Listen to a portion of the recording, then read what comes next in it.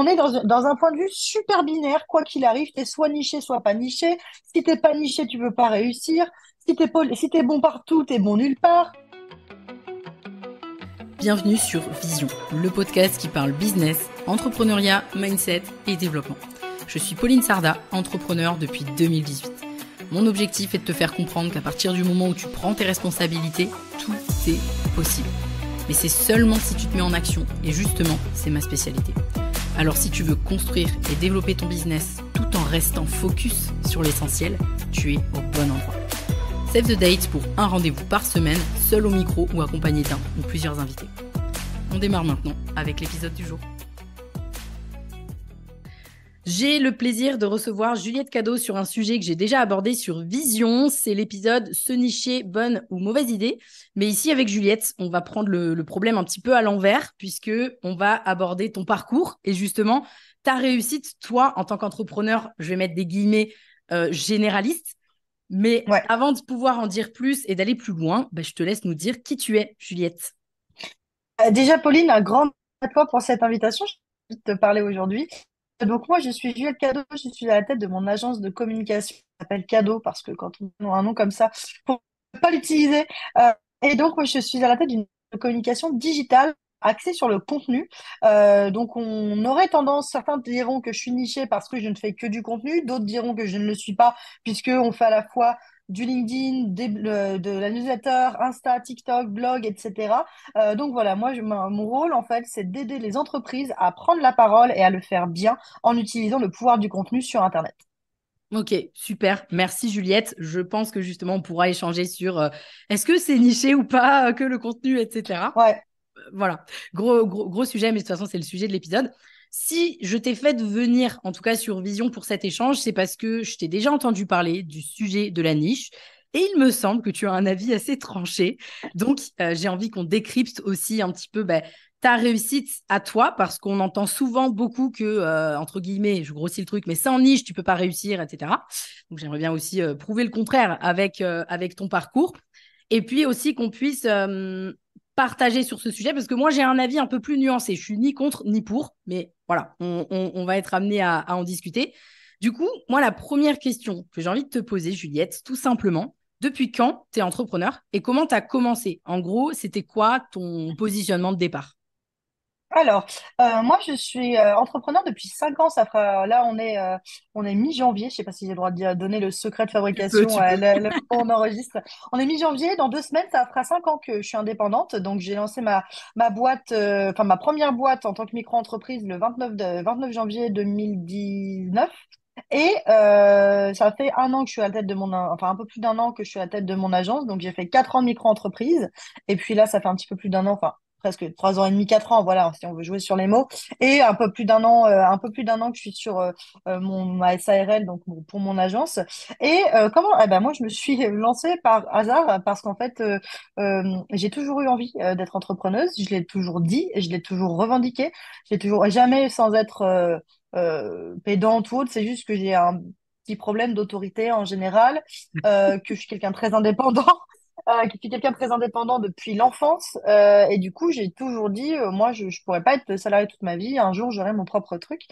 Sauf qu'en fait, j'ai jamais eu les couilles de me lancer. J'ai jamais eu, et en plus, n'ayant jamais fait d'école de commerce ou d'école de communication ou de marketing, et n'ayant pas beaucoup de personnes dans mon entourage qui sont entrepreneurs, même pas du tout. En fait, j'ai des professions libérales, mais pas des entrepreneurs comme au sens où on l'entend Hmm. monter une entreprise, etc. Pour moi, quand tu devais être entrepreneur, c'est parce que tu avais la bonne idée. Et du coup, en fait, je pensais, voilà, tu vois, à créer un magazine, à créer un truc, etc. En fait, déjà dans le B2C, premièrement. Et deuxièmement, en fait, j'étais persuadée que pour être entrepreneur, il fallait avoir the bonne idée et pas que les Hmm. services, alors que la France est un pays de services, hein, quand tu regardes les chiffres de l'INSEE sur les entreprises, etc. Je ne pensais pas qu'en fait ça pouvait être une entreprise. Et du coup, je me suis lancée par hasard parce que je me suis fait virer un peu du jour au lendemain dans l'agence dans laquelle je travaillais avant. Et d'ailleurs, ça a été assez violent sur le moment, mais maintenant je les remercie parce qu'en fait, sans ça, je me serais jamais lancée.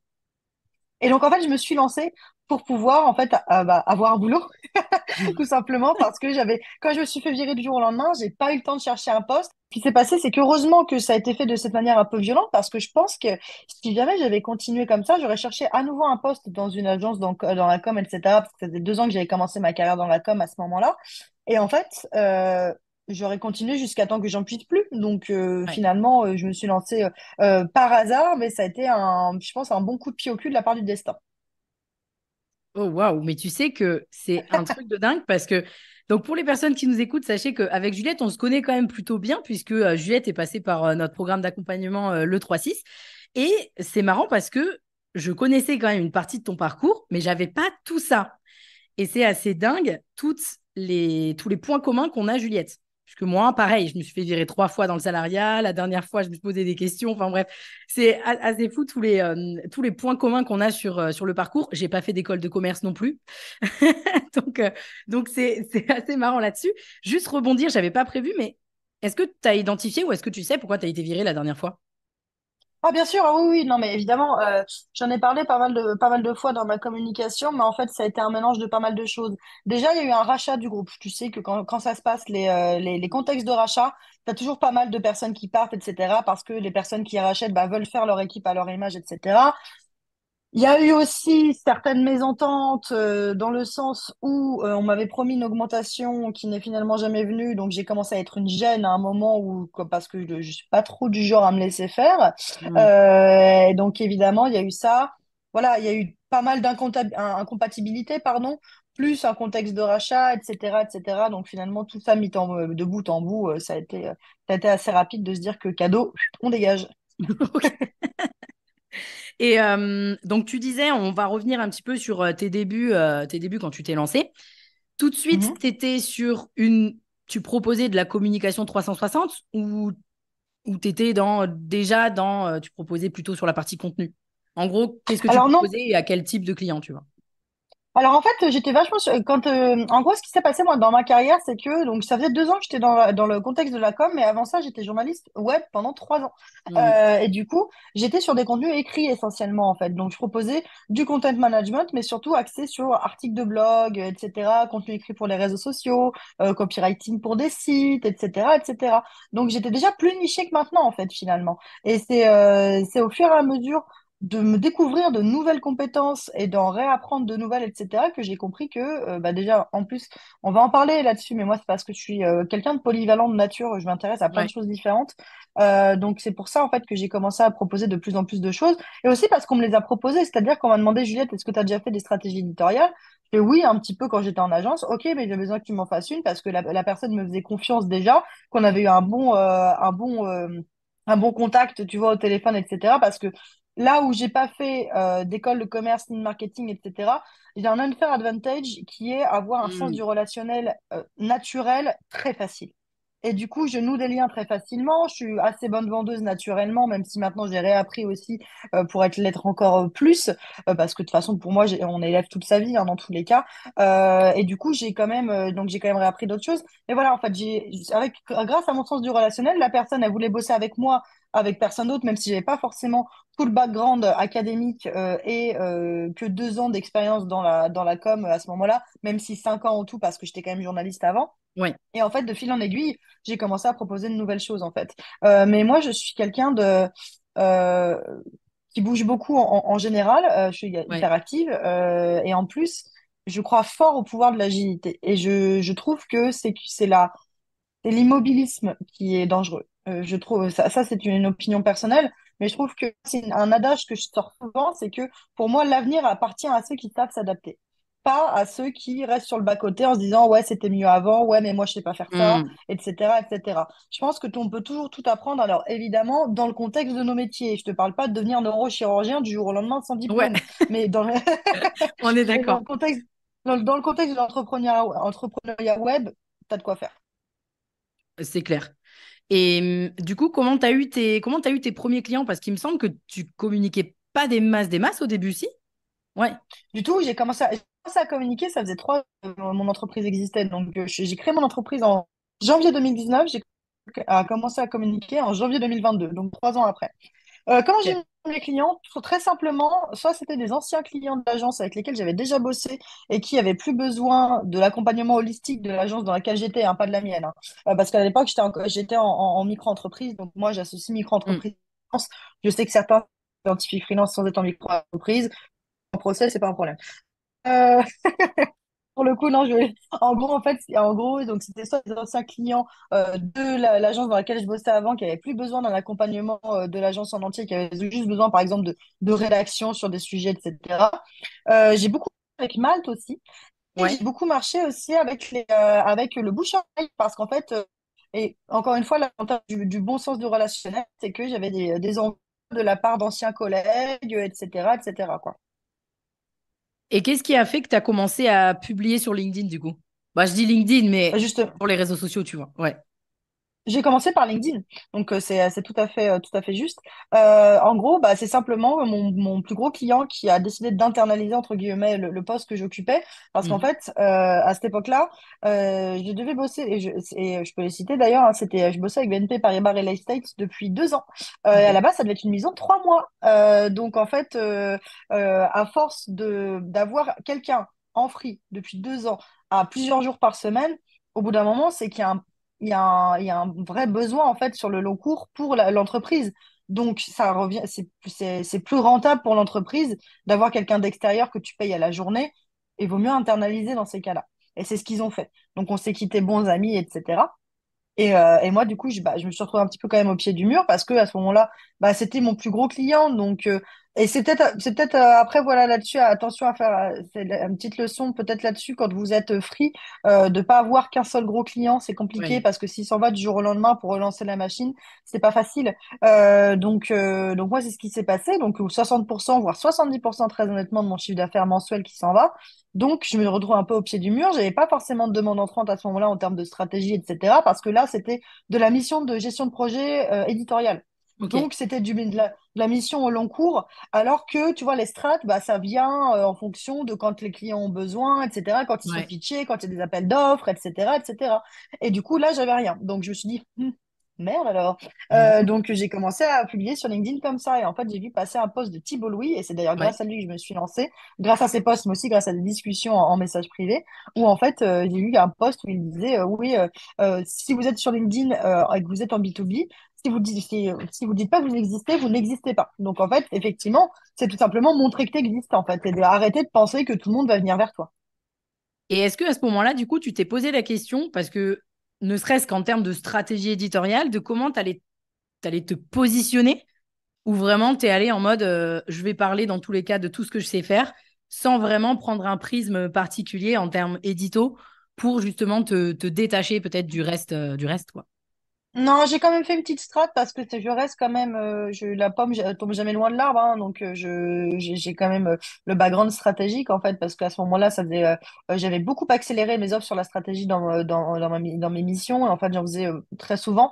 Donc en fait, j'ai commencé à vraiment m'y mettre, même pour moi. Et donc, j'ai fait une petite strat, tu vois, voilà, de savoir ce que je cherchais avec LinkedIn, qui est-ce que je voulais attirer, quel type de poste j'allais aborder, etc. Mais après, ça a été beaucoup aussi de test and learn, en fait. Voilà, de voir comment ça fonctionne, me former, dans le sens où j'ai pas pris de formation, mais j'ai regardé, quoique, j'ai dû acheter un manuel LinkedIn ou un truc comme ça, tu vois, un truc, Ouais, pour démarrer, quoi. voilà. Oui, voilà.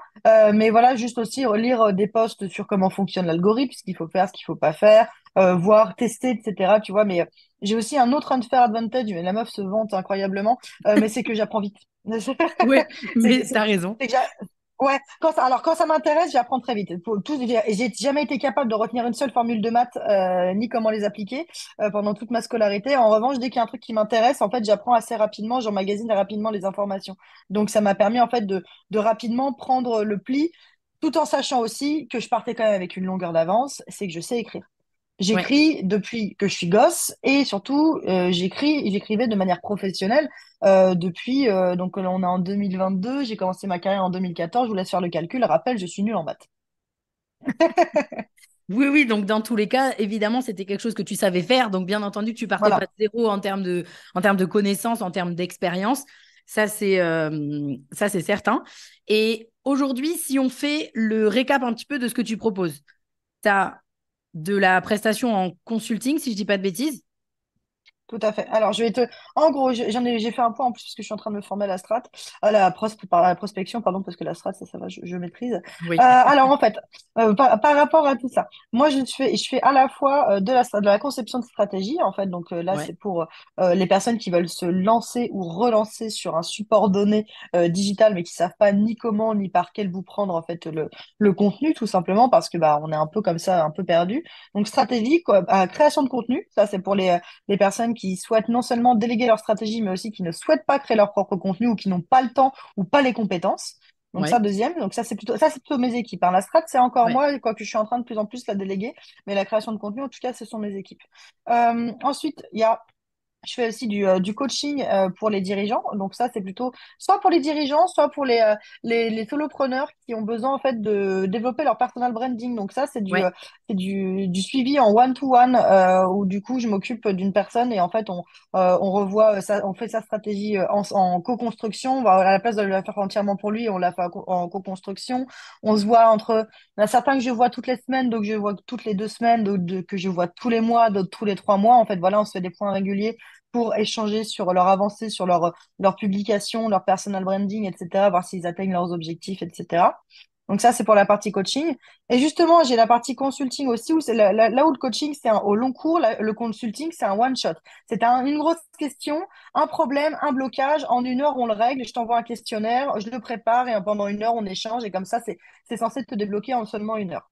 Et enfin, je donne aussi des formations, beaucoup, puisque je suis quelqu'un d'assez pédagogue et que j'aime ça, j'aime beaucoup partager. Donc, je donne des formations aussi auprès d'entreprises ou de solopreneurs, etc.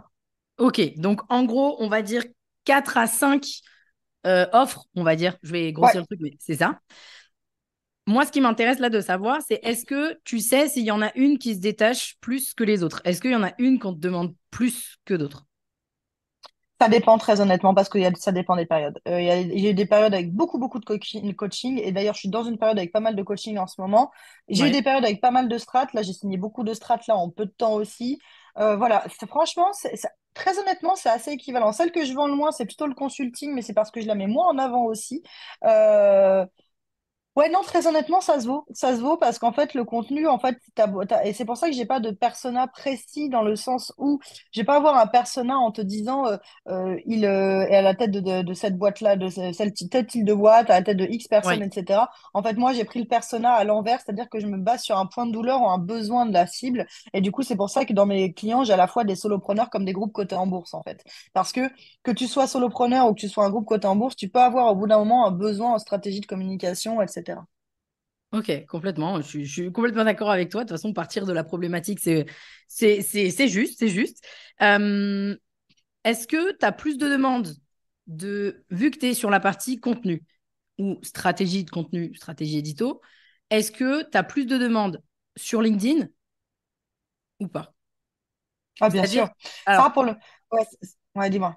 quand je dis sur LinkedIn, je veux dire, oui, j'imagine que une grande majorité de tes demandes entrantes arrivent de LinkedIn, Ah, très d'accord, oui, probablement. pardon. Mais est-ce que on te demande vraiment de les accompagner, personal branding sur LinkedIn, etc. Ou pas forcément? Non, alors, non, pas forcément, très honnêtement, hein. J'ai de tout. Il y a beaucoup de LinkedIn, évidemment, puisque moi, c'est ma plus grosse vitrine, hein, LinkedIn. Enfin, c'est pas là où j'ai le plus de followers sur tous mes réseaux, mais c'est la vitrine la plus intéressante pour moi, Mhm. donc celle que je peaufine le plus aussi. Mais non, non, j'ai aussi de la newsletter, j'ai aussi des gens qui me demandent pour TikTok, Insta, j'ai aussi de la demande, voilà, sur du copywriting de site, etc., etc. Donc, non, non, pour le coup, c'est tout support. Et ça, c'est ce que je mets en avant aussi parce que, euh, encore une fois, je trouve que faut faire attention à ne pas mettre, euh, mettre tous ses œufs dans le même panier, en fait, et savoir être agile, parce que moi, je suis quelqu'un de, ça va peut-être, on en parlera peut-être, mais c'est parce que je suis quelqu'un d'anxieux aussi, de Ouais. nature, et je me dis, imagine demain tout ça s'arrête et t'as misé que sur un seul cheval.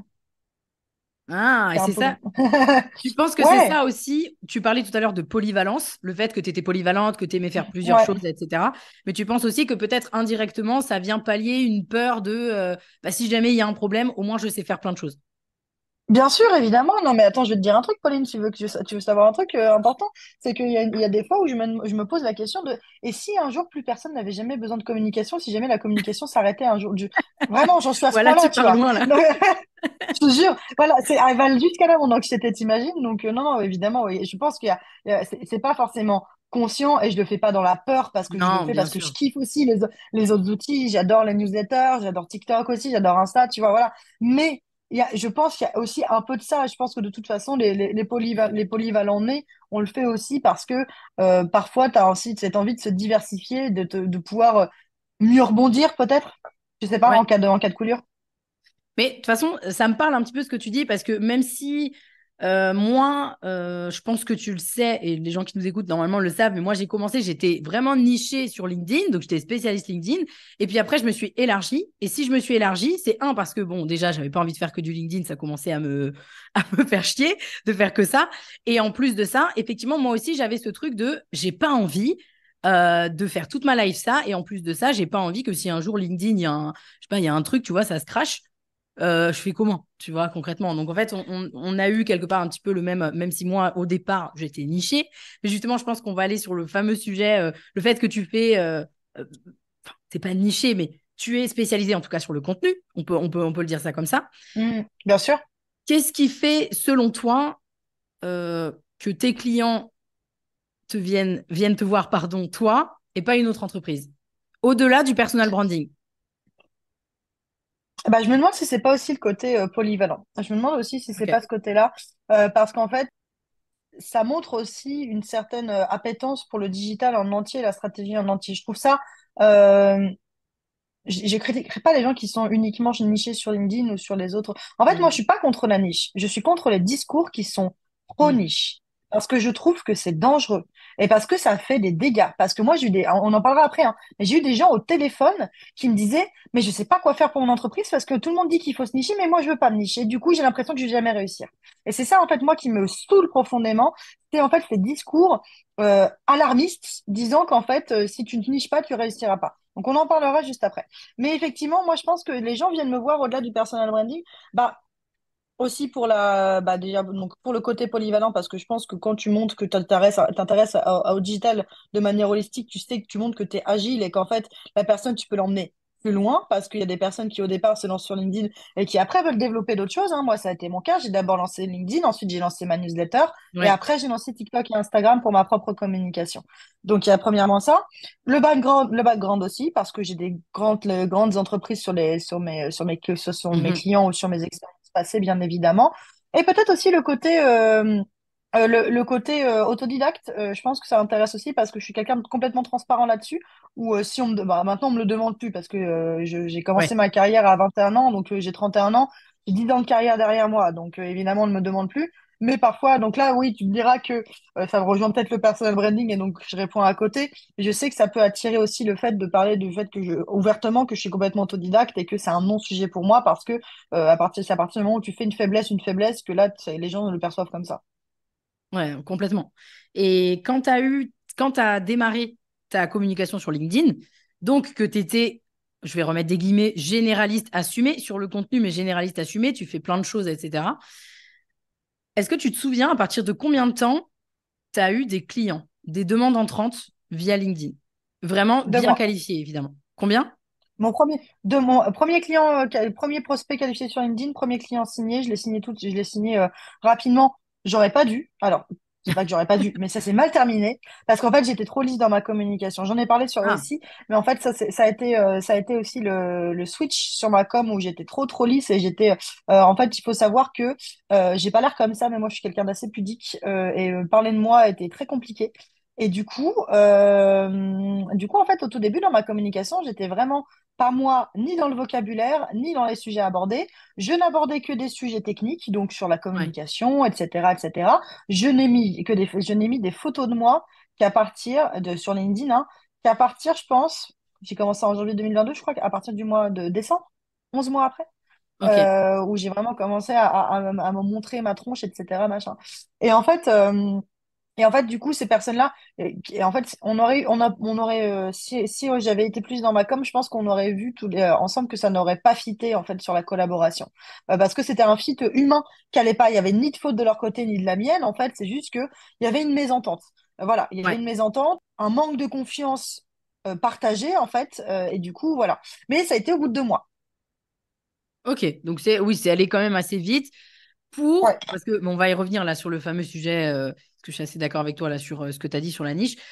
Au final, tu as quand même réussi à trouver au moins là un premier client au bout de 2 mois, alors que tu avais, en tout cas à ce moment-là, pas forcément eu, tu étais dans ta communication a priori plutôt lisse par rapport à ce que tu fais maintenant, et tu abordais Mhm.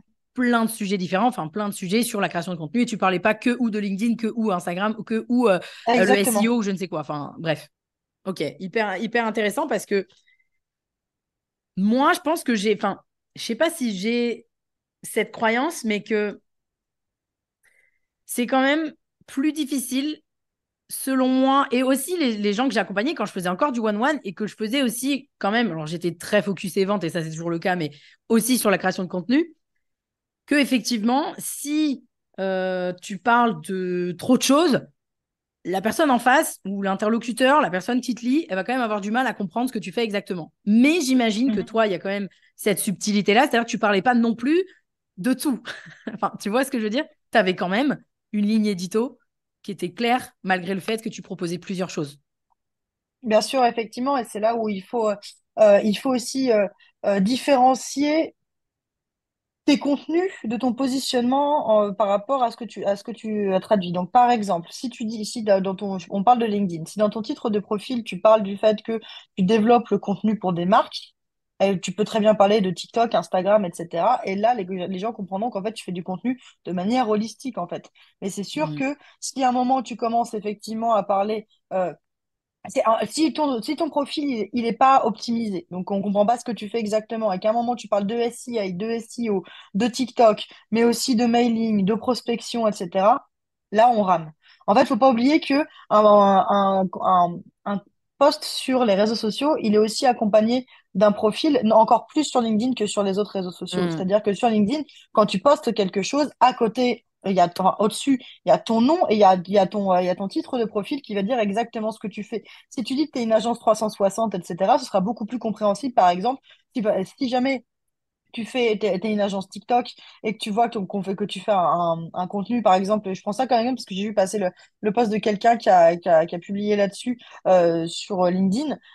Le mec a fait une vidéo d'une soirée qu'il a organisée, mais il n'est pas organisateur de soirée. Juste, il a organisé une soirée parce que c'était pour ses créateurs TikTok, etc., etc. Tu vois, donc, faut toujours relier tout en fait ensemble. Faut pas oublier que les contenus sur LinkedIn, on a l'avantage en fait qu'ils soient toujours accompagnés de notre profil en fait. Donc tu cliques pas forcément sur le profil quand tu vas passer le contenu, mais on voit ton nom et ton titre de profil qui permet en fait de voir ta claque d'un coup d'œil, ok, qui est cette personne, etc.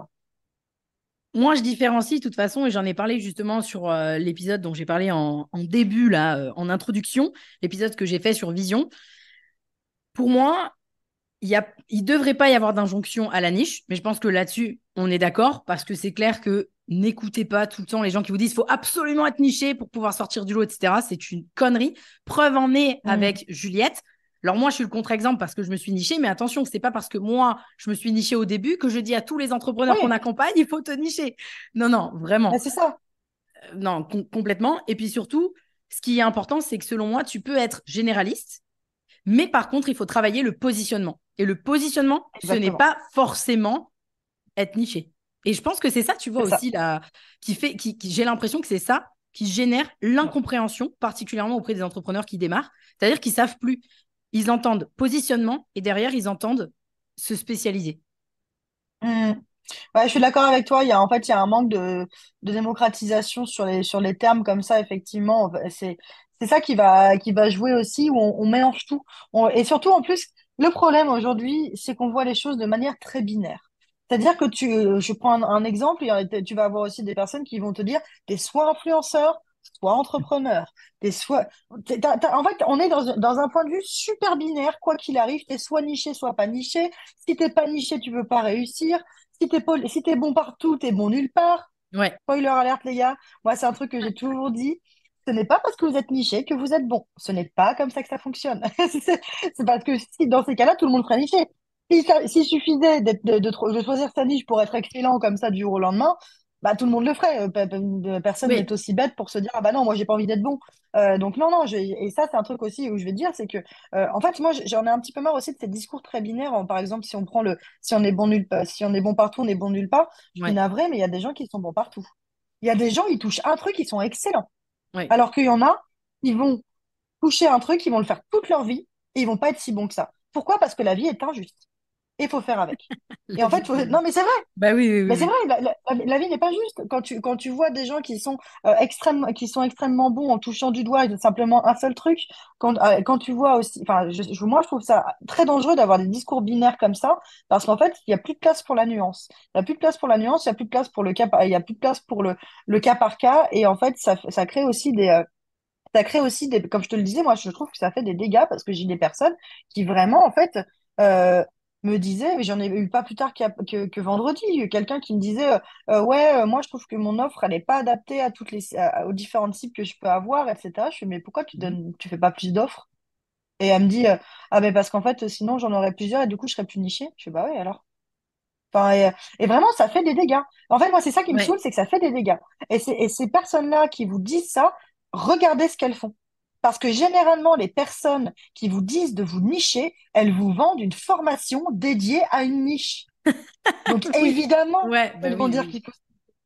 Donc, c'est ça aussi, c'est attention à pas tout prendre pour argent comptant et surtout à pas prendre pour argent comptant quand il y a un discours commercial derrière. Et j'en fais partie, hein. Évidemment, moi, j'ai utilisé mes arguments pour mes discours commerciaux, Mais etc. c'est normal. Bien sûr. Ouais. Mais c'est complètement normal. Mais par contre, effectivement, il faut pas prendre pour argent comptant, mais c'est juste qu'effectivement, je trouve que ça a fait des dégâts parce qu'en fait, donc tu as ces personnes-là qui vendent leur formation, qui ont formé des personnes, ces personnes ont réussi grâce à ces formations et qui elles-mêmes sont nichées. Donc, tu as un espèce d'effet boule de Ouais. neige qui va se créer. Et en fait, tu laisses plus de place à la nuance et surtout, tu laisses plus de place au libre arbitre. Et en fait, dans ces cas-là, bah, on est tous formatés et on laisse tomber le kiff. Et ça, moi, c'est un Hmm. truc que je mets en place avec mes clients, c'est l'échelle du kiff. Où est-ce que tu te places sur l'échelle du kiff? Parce qu'en fait, la niche, c'est certes bien aussi si tu veux augmenter ton CO ou je sais pas quoi, blablabla. Mais il y a aussi le côté où, on en parlait tout à l'heure, si par exemple LinkedIn se casse la gueule du jour au lendemain, qu'est-ce que tu fais? Mais si Ouais. du jour au lendemain, t'en as ras-le-bol aussi. Oui. Il y a ça à prendre en compte. En fait, le fait que quand tu crées ton entreprise, c'est pas non plus bah, pour trimer toute ta vie, sinon, voilà, autant ne pas le faire parce que déjà que c'est chiant de créer son entreprise parfois et que t'en chies quand même pas mal. Hmm. Si en plus tu kiffes pas ce que tu fais parce que tu t'es enfermé dans une niche et que tu veux pas en sortir parce que tu te dis que tu vas pas réussir autrement, dommage. Non, mais clairement. Et puis, en fait, il faut pas se nicher pour se nicher. Il faut se Voilà, c'est nicher ça. si vous avez une appétence, vraiment un truc de kiff de ouf, une Bien zone de sûr, kiff de malade, qu'il y a un marché dessus et que vous vous dites, putain, franchement, ça me ferait kiffer de me placer là-dessus. Ben ok, mais aussi dites-vous, parce que moi j'en suis la preuve vivante, vous pouvez aussi en sortir. C'est-à-dire qu'un c'est ça. positionnement, une niche, Rien n'est ça définitif. s'élargit, rien n'est définitif. Exactement, quand on est entrepreneur, on peut toujours s'adapter, changer, évoluer, etc. Et pour moi, ce qui est important, c'est pas tellement la niche, au début en tout cas, parce qu'on parle beaucoup, c'est souvent la question qu'on se pose au début, mais en réalité, la question du positionnement, on se la pose tout le temps. Hein. Je pense à n'importe quel moment. C'est juste Mm. qu'on l'a fait évoluer. Ce qui est important, avant tout, c'est de construire une offre, minimum, au moins une, qui fonctionne et qui va Mm. trouver son marché cible en face. Et pour C'est trouver ça. son marché cible en face, il n'y a pas obligé d'être spécialisé LinkedIn ou spécialiste TikTok, ou là, je prends parce que c'est facile avec les Mm. réseaux sociaux Ouais. de trouver des niches. Mais je pense que on est d'accord là-dessus, donc ne vous faites pas avoir. Et surtout, moi, je trouve qu'on se trouve aussi des fois, tu vois, je me balade sur Instagram et puis je tombe sur des bios Instagram qui me pètent en deux. C'est-à-dire que je vois euh, rédacteur web pour les scorpions ascendant cancer, tu vois. Non, mais arrêtez, en fait. Oui. Non, mais tu vois, je grossis, hein, Bien. évidemment, j'ai jamais vu ça. Ouais, bien sûr. Mais en fait, ça me fait mal parce que c'est précisément à cause de ces discours-là qu'on se retrouve avec des gens qui ne savent tellement plus quoi faire pour sortir du lot, qui se retrouvent avec des niches complètement what the fuck qui n'existent pas.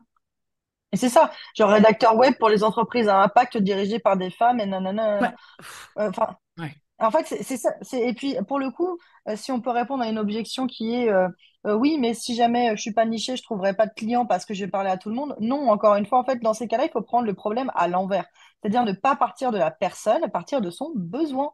Parce qu'encore une fois, en fait, si vous avez un besoin, il peut être commun. Si on prend un autre exemple que la communication, par exemple, si on prend il y a un métier qui explose beaucoup en ce moment, pardon, ce sont les assistantes virtuelles externalisées. Donc, en gros, ce Ouais. sont plutôt des gestionnaires administratifs externalisés. La gestion administrative, il y a des freelances comme des SAS, comme des SA qui en ont besoin.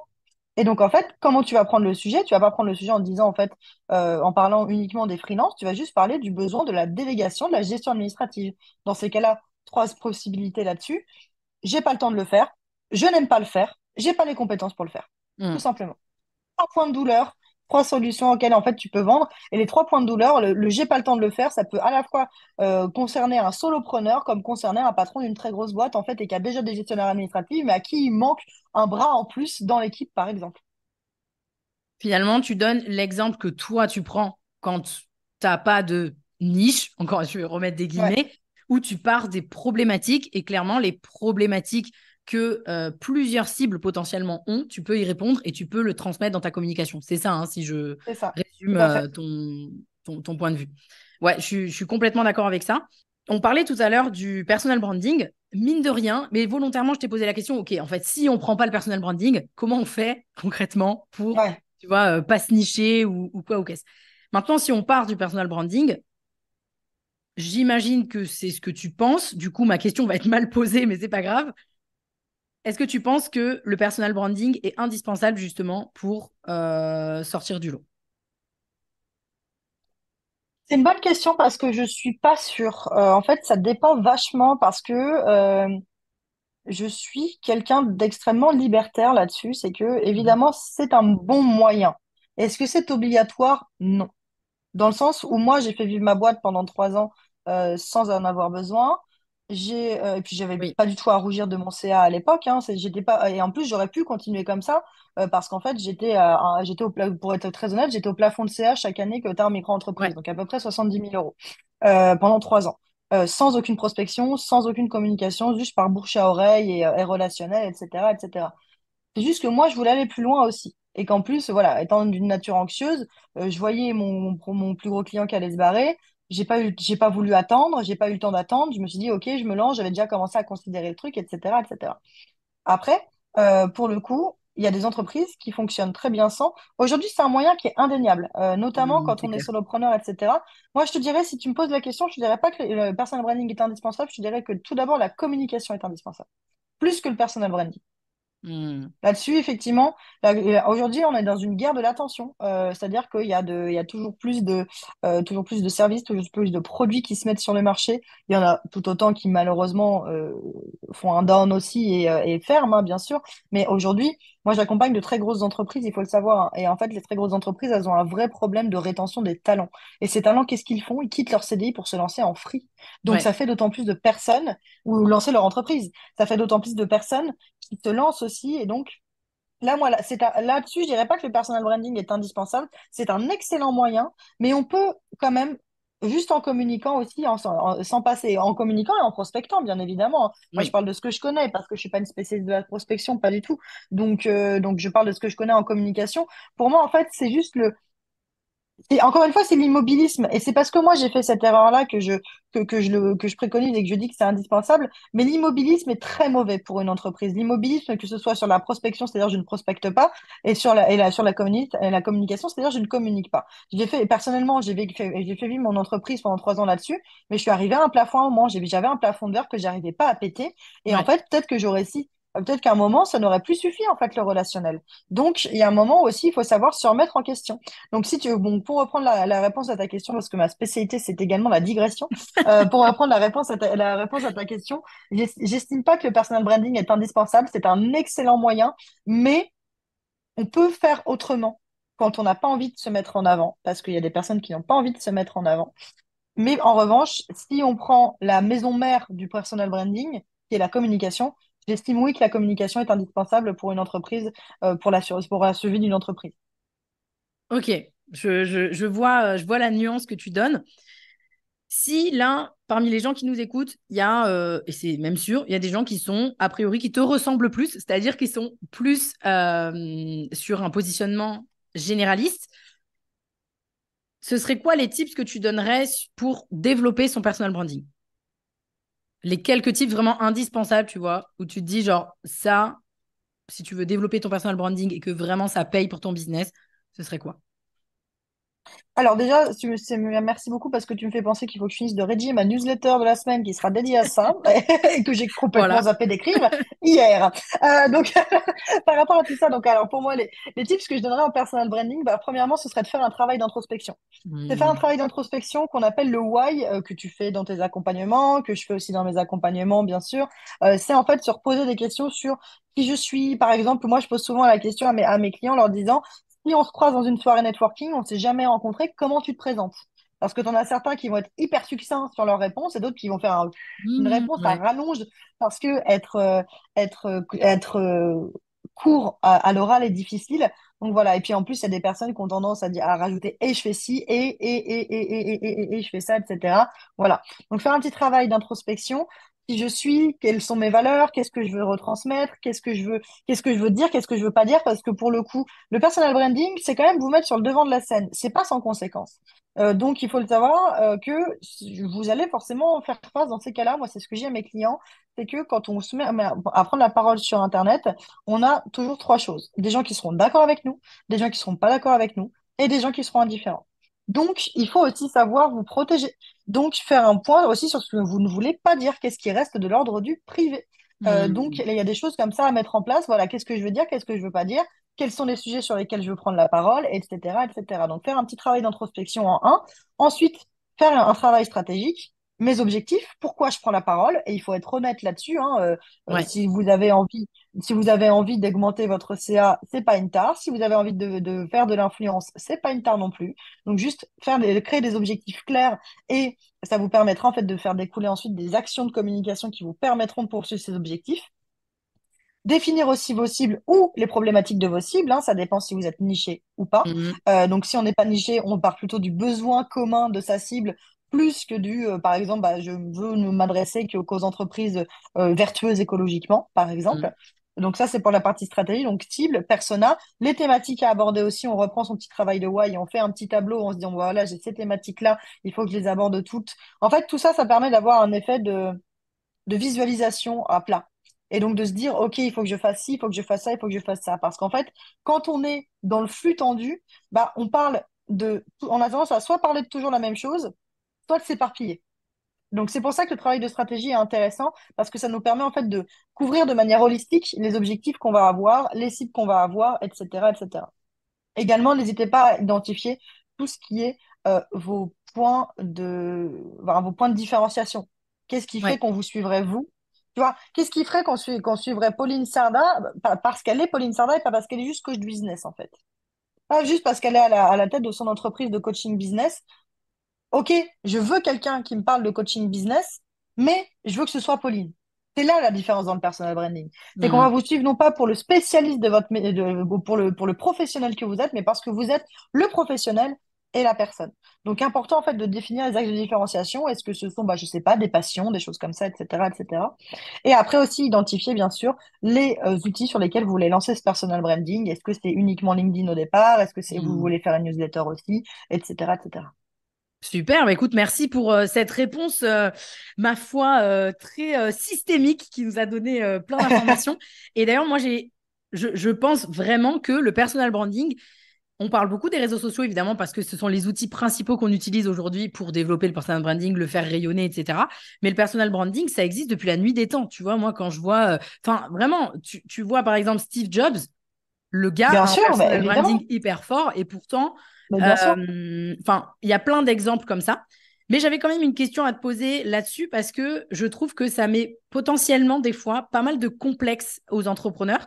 Est-ce que, selon toi, il faut forcément, quand on développe son personal branding sur les réseaux sociaux, avoir un combat, avoir un message qui va nous servir à cliver? Non, pour moi, en fait, et c'est là où j'ai l'air d'être assez vindicatif comme ça, mais la seule vindicte que j'ai, c'est de laisser les gens faire ce qu'ils veulent. Et Hmm. en fait, si tu as un combat, vas-y. Si t'as pas de combat, voilà, tu vas pas t'en inventer, en fait. Et en fait, moi, c'est juste ça. Et moi, la principale chose pour laquelle je milite, c'est laisser les gens tranquilles. C'est-à-dire arrêter de foutre des injonctions. Ouais. Arrêter de foutre des injonctions dans tous les sens. Pour le coup, on peut donner des conseils, et des conseils de manière assez virée, en disant, bon, bah voilà, si tu fais ce poste, il fonctionnera pas. Oui, fair enough. L'idée, c'est aussi de se servir des bonnes méthodes. En fait, encore une fois, tout est question de nuance. On peut avoir un Ouais, combat sans être agressif. On peut être agressif sans avoir de combat. absolument. On peut avoir de l'attention sur les réseaux sociaux sans avoir de sujets clivants, etc. Après, moi, pour le coup, à part la niche qui est mon combat, qui est mon combat de, en fait, de laisser les gens tranquilles, j'ai pas vraiment de combat, en fait. Pour le coup, oui, j'ai peut-être aussi le féminisme, hein, bien sûr, mais pour le coup, c'est peut-être plus parce que je suis quelqu'un de franc et de direct, que ce soit dans la vie de tous les jours ou dans ma communication. Donc, c'est peut-être plus mon ton qui est clivant qu'autre chose. Mais non, en fait, pour le coup, il faut que en fait, pour moi, la principale caractéristique du personal branding, il faut que ça vous ressemble. Parce qu'en fait, si ça vous ressemble pas, bah alors, déjà, premièrement, vous pouvez vous sentir travesti. Donc, quand Mm. on n'a pas envie de continuer quelque chose dans lequel on ne se sent pas dans nos baskets. Généralement, hein, ce qu'on fait, c'est pas qu'on ralentit ou qu'on rectifie, hein, c'est qu'on arrête complètement, hein. Généralement, la réaction humaine face à un rejet comme ça, c'est d'arrêter complètement et de balayer sous le tapis. Donc, vous aurez fait tout ça pour rien. Donc, premièrement, c'est contre-productif. Et c'est contre-productif aussi pour vos prospects potentiels ou pour vos Mhm. partenaires potentiels. C'est-à-dire qu'en fait, on voit passer quelqu'un sur les réseaux et en fait, quand on lui parle, elle n'est pas du tout la même personne. Ça peut être un effet déceptif. Et n'oubliez pas que c'est pas parce que c'est virtuel que les résultats sont pas réels. Une réputation, ça se construit aussi en dehors d'Internet. Ouais, Donc, complètement. s'il y a des personnes, en fait, si vous êtes dans un mensonge éhonté de qui vous êtes et de ce que vous faites, etc., et que ça se fait, ça se saura. Et en fait, c'est ça aussi qu'il faut faire. Il faut toujours privilégier le long terme au court terme. Donc, je préférerais, en fait, se dire que, bah, moi, j'ai pas de combat, j'ai pas un ton très clivant, etc. Bah, peut-être que ça prendra un petit peu plus de temps. Peut-être qu'effectivement, vous ferez pas un post à 1000 likes sur LinkedIn, mais au moins, ce sera solide parce que ce sera vous entièrement, plutôt que de chercher, en fait, à aller flatter l'algo et à faire un buzz directement, etc. Aller chercher plutôt le long terme que le court terme, c'est beaucoup plus puissant. C'est moins sexy, mais c'est beaucoup plus puissant. Écoute, je crois qu'on peut terminer là-dessus. Ça me va parfaitement. Mais à retenir, je pense, écoutez-vous d'abord. N'écoutez pas forcément Ouais. les injonctions. Et surtout, le travail d'introspection, là, dont tu as parlé, pour moi, il est indispensable quand on se positionne en tant Mhm. qu'entrepreneur, mais pas forcément que dans la prestation de service, tu vois. Ce travail d'introspection, Oui, bien sûr. il va vraiment vous servir à déterminer c'est quoi votre secret sauce, c'est quoi, comment Ouais. vous vous exprimez, qu'est-ce qui va faire la différence, etc. Et ça Qu'est-ce qui me fait aussi, vibrer? Ouais. ouais, exactement. Et c'est ça aussi qui va faire la différence et pas seulement votre niche si vous êtes niché ou pas. Donc je pense qu'on peut terminer C'est là-dessus. ça. Dans tous les cas, vous retrouverez Juliette largement sur les réseaux sociaux. On va vous mettre les liens directement en description de l'épisode sur LinkedIn, sur Instagram, sur TikTok aussi et dans sa newsletter, il me semble, que Ouais. j'ai à peu près Ouais, listé exactement. Bien joué. partout Bravo. où on peut te trouver. Donc merci infiniment Juliette pour ton temps et je te dis à très vite. Bye bye. Bah, merci à toi, Pauline. Au revoir.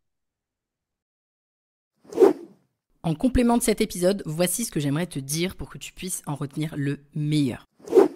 Tu n'es pas obligé de te nicher, mais il est par contre primordial de travailler sur ton positionnement et d'identifier le plus tôt possible ta secret sauce. Autrement dit, ce qui fait la différence dans ce que tu proposes. Ça peut être la manière de l'aborder ou ta méthode, par exemple. On a beau dire ce qu'on veut sur le personal branding, il n'est pas parfait, mais il a de grands avantages, particulièrement si tu es généraliste. Ce qui va d'autant plus faire la différence et te placer en top of mind, c'est ta personnalité, ton histoire et ta façon d'aborder les choses, alors ne lésine pas sur ce travail. Comme le dit Juliette dans l'épisode, si tu as du mal à déterminer une cible précise, alors pars des problématiques. Mais attention toutefois à une chose, si même en partant de ce principe-là, tu estimes que ton service peut s'adresser à tout le monde, il y a un gros problème. Parce que tout le monde ne rencontre pas les problématiques auxquelles tu réponds. Et si tu en es persuadé, tu es persuadé que tout le monde, que toute la planète peut potentiellement avoir besoin de ton service, ça va poser un énorme problème à ton marketing et donc tu n'auras pas de résultat.